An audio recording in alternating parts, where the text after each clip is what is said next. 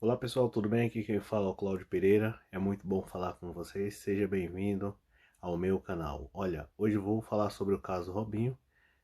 Como vocês já devem ter acompanhado aí na mídia. Só que vou falar com mais um pouquinho de detalhe, um pouco mais de propriedade. Acompanhe aí.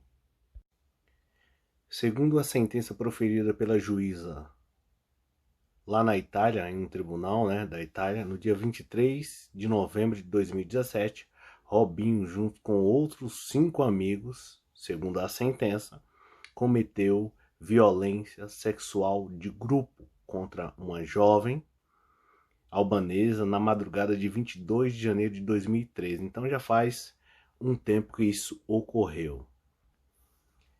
A decisão foi proferida, em primeira instância. Então, cabe recurso. O advogado até do Robinho já recorreu dessa sentença e ele segue solto. Para quem não sabe, eu acredito que muita gente sabe, tem acompanhado aí na mídia. O Robinho nega que houve um estupro, mas diz constantemente, com muita convicção, que houve um ato ali entre os dois com consentimento mútuo. O caso ganhou muita comoção, depois que o Robinho assinou um contrato com o Santos, e aí houve uma série de protestos, e culminou em uma suspensão do contrato praticamente. Então estão aguardando aí a próxima audiência, o próximo julgamento, para a partir daí eu acredito que tomarem uma decisão. Pessoal, o que acontece no caso de Robinho ser condenado na terceira instância? No caso lá, como se fosse o STF aqui. O que acontece? A Itália pode pedir a extradição dele, do Robinho, pedir que ele seja levado lá para a Itália para cumprir a pena lá na Itália, só que a lei brasileira, a Constituição, proíbe. Não é possível extraditar brasileiro, por mais que ele tenha cometido um crime lá, não é possível que ele seja levado daqui do Brasil para cumprir pena na Itália. O que pode acontecer é a corte italiana pode enviar uma carta aqui para o Brasil, para a justiça, que não é o STF que avalia, é o STJ, e aí o STJ pode fazer com que ele cumpra a pena aqui no Brasil.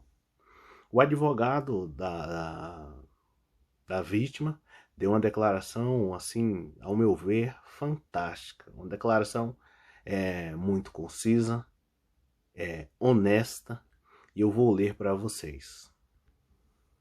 Declaração do advogado de defesa, da moça lá, de acusação, abre aspas, ele falando, abre aspas. Ele teve todo o tempo para se apresentar, no caso Robinho teve todo o tempo para se apresentar, entre a audiência preliminar e a primeira audiência do processo passou um ano. Cada um é livre de escolher o caminho jurídico que acha melhor para si. Se ele estivesse em solo italiano, a sentença poderia ter sido diferente.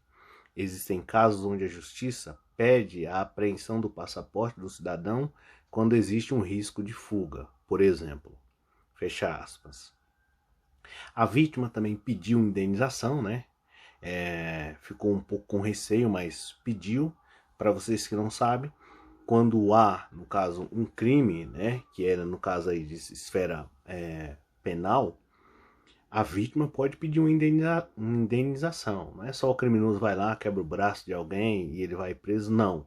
Ele tem que pagar uma indenização em razão daquele dano. Imagina que às vezes a pessoa é um pai de família, um arremo, aquele cara que puxa e sustenta a família, tá com o braço quebrado, como é que fica? Então, em situações penais, a vítima também pode pleitear, além da condenação do acusado, uma indenização. A minha análise, pessoal, em relação ao problema que aconteceu com o Robinho, eu realmente sou suspeito de falar, torço para um outro time, mas gostava demais do futebol do Robinho. Lembro daquela final contra o Corinthians. Ele foi fantástico, um cara que tinha tudo para ser o melhor jogador do mundo, né? A época que saiu daqui tinha realmente potencial, mas de uma maneira estranha nós não sabemos por que não chegou a ser e passou aí uma grande parte da sua carreira sem conseguir obter o êxito e o sucesso. Mas falando da minha opinião em relação a esse caso, realmente a gente fica assim na dúvida e não quer acreditar, mas é uma coisa terrível o que aconteceu, né? Se condenado na segunda e na terceira instância, vai ser um negócio assim horroroso, de um cara que não tinha necessidade nenhuma de passar por isso e que falta faz um amigo de verdade para chegar e bater no ombro dele, assim, um amigo verdadeiro, né? E bater a mão no ombro e falar assim: meu amigo, olha, tô achando que isso não vai dar certo, tô achando que isso é uma furada. E também vai muito do cara ter a humildade para chegar e falar assim: poxa vida, você tá falando certo. Porque amigo não é aquele que diz o que você quer ouvir, mas sim amigo é aquele que diz o que você precisa ouvir. Então faltou essa pessoa para poder dizer para o Robinho: olha, se liga que isso não vai ser bom, né? E aí ele ter a sabedoria para poder ouvir e se afastar daquele mal. Em relação à minha opinião, eu realmente estava na dúvida não, né? Na dúvida não, eu não estava na dúvida. Eu tinha a minha opinião, só que uma coisa é você ter a sua opinião e outra coisa é você emitir para todo mundo. Eu tenho a minha opinião. Para mim, na minha opinião, para mim, ele deve ter tido alguma coisa de estranha nessa história. Ele não está especificamente santo em tudo isso. No entanto, o direito não é de simples e mera opinião, sabe? Ah, eu acho, eu devo. A liberdade, segundo o professor Rogério Greco, é o bem mais importante do ser humano depois da vida, né? Então eu não posso simplesmente sair e dizer: ah, é condenado isso que aquilo, e pedir a prisão, que prenda, que prenda, que prenda. Aí tem segunda instância, tem a terceira e última instância lá no caso da Itália. Aí de repente o cara é absolvido. Como é que fica, né? Eu tenho a minha opinião, e depois que os áudios foram vazados, aí ficou mais complicado ainda, né? Fica difícil de provar, né, inocência em tudo isso depois daqueles áudios vazados. E os áudios que foram vazados, pelo menos eu acredito que o áudio não foi coletado de maneira irregular, né? Não foi uma prova ilícita, né? Porque existe uma diferença entre prova ilícita e prova ilegítima, tá? A prova ilegítima é aquela do processo penal, né? Vou dar um exemplo. Às vezes, na hora do julgamento, a pessoa apresenta lá um recorte de jornal para poder induzir. Ele tem um prazo para poder anexar aquelas provas no processo, 3 dias antes, salvo engano, né? Então, essa daí é uma prova ilegítima. Uma prova ilícita é aquela que a pessoa coloca uma escuta na casa de alguém sem autorização do juiz ou da juíza, mas no caso a juíza autorizou. E aí foi aonde aí realmente complicou a situação e ficou muito difícil, ele ficou exposto, né?